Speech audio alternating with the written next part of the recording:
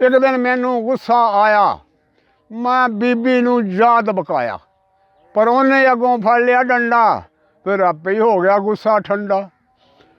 हुण मैं किनू जाके हाल सुनावां, मैं बुढ़ी घर च किंज बसावां।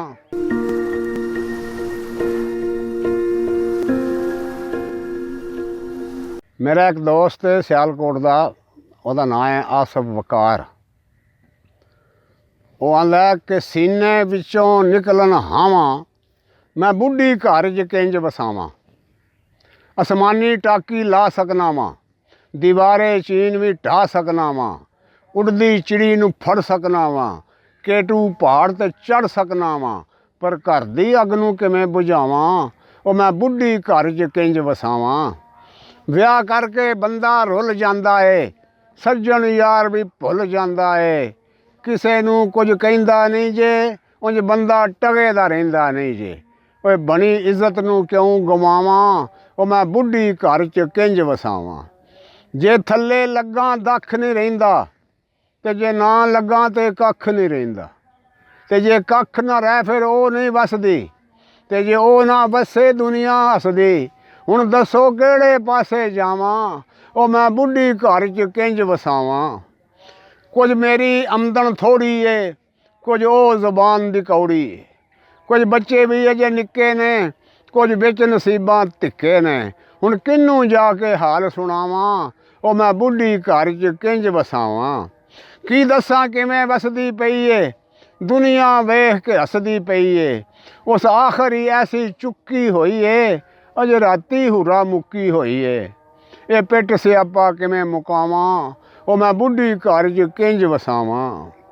कोई मेरा साग जे आ जाए अगे, फिर कल दी दाल नूं तड़का लगे, ते जे कोई ओहदे पिछले आवन, पता नहीं कित्थों चरगे आवन, आप प्या रुखी सुक्की खावां, ओ मैं बुढ़ी घर च किंज वसावां। एक दिन मैनू गुस्सा आया, मैं बीबी नूं याद बकाया, पर उन्हें अगों फड़ लिया डंडा, फिर आपे ही हो गया गुस्सा ठंडा। हुण मैं किनू जाके हाल सुनावां, मैं बुढ़ी घर च किंज बसावां। वो सूरज चढ़े तो लो हुंदी है, ये मैनू पुछो भी जो हुंदी है, जदों मेरे पिछले पुणदी है, फिर खलकत सारी सुणदी है, किवें फिर ओनू चुप करावां, ओ मैं बुढ़ी घर च किंज वसावां। जिस दिन दे असीं वखरे हो गए, बब्बर शेर तो बकरे हो गए, अपने घर दे नाज़म बन गए, वो मुफ्त दे असी मुलाजम बन गए। हुण ते अपना ही कीता पावां, ओ मैं बुढ़ी घर च किंज बसावां। एक दिन मैं जा गुत्तों फड़िया, एक दिन मैं जा गुत्तों फड़िया, पर सालिया ने आ उत्तों फड़िया। डाडी बन गई बेसवादी, मैं अपने घर च फैंटी खाधी। हुण जख्म किहड़े ते मलम लावां, ओ मैं बुढ़ी घर च किंज वसावां। हुण घर विच कंध भी करनी पै गई, मां दी गल भी जरनी पै गई, भैणां नूं समझाना पै गया, पर रन दा गीत भी गाना पै गया। चंगी गल नूं सुट क्यों पावां, मैं बुढ़ी घर च किंज वसावां। पैसे नाल ते ढिड नहीं भरदा, ओ कहंदी तूं कुछ नहीं करदा। करो दुआ कि पूरी पै जाए, ओ गड्डियों ना कोई बंदा रह जाए। रब अगे पिया तरले पावां, मैं बुढ़ी घर च किंज वसावां। ਉਹ कदी असी भी राणे हुंदे सां, कदी बड़े सियाणे हुंदे सां, विआह करके कखों हौले हो गए, इंज समझो अन्ने बोले हो गए। हुण पिया अपना ही कीता पावां, मैं बुढ़ी घर च किंज वसावां। ਉਹ ਜਿਹੜਾ मशवरा लिया तो आंदा तैनूं मैं दसना भी तूं किंज वसाणी है।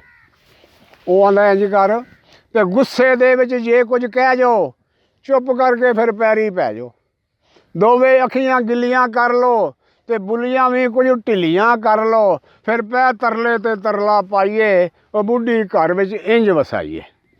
ते जे बीवी नूं गुस्सा चढ़ जाए, फिर बंदा पलक दे थल्ले वड़ जाए, ते जे वो खिच के बाहर चा कड्ढे, फिर दोवे बावां ढिलियां छड्डे, ते उत्तों बुलियां प्या लमकावे, वो बंदा बुढ़ी इंज वसावे। ते जे बीवी फिर भी जान ना छड्डे, फिर बंदा दिल च गालां कड्ढे। आडा जेकर बीवी ला लै, फिर बंदा फौरन टीवी ला लै। वो तंबूरी छेड़ के गल ना पाइए, वो बुढ़ी घर विच इंज वसाइए। ते बीवी जेकर गलमें फड़ लै, बीवी जेकर गलम्यों फड़ लै फिर बंदा ऐतल कुर्सी पढ़ लै ते बुढ़ी जे फिर भी जान न छड्डे फिर सीधा टुर जाए लारी अड्डे ते उत्थों पागल खाने जाइए वो बुढ़ी घर विच इंज वसाई। यह है तरीका बुढ़ियां वसाउण दा जिन्हां दियां डाढियां ने। चंगा जी, अस्सलाम वालेकुम।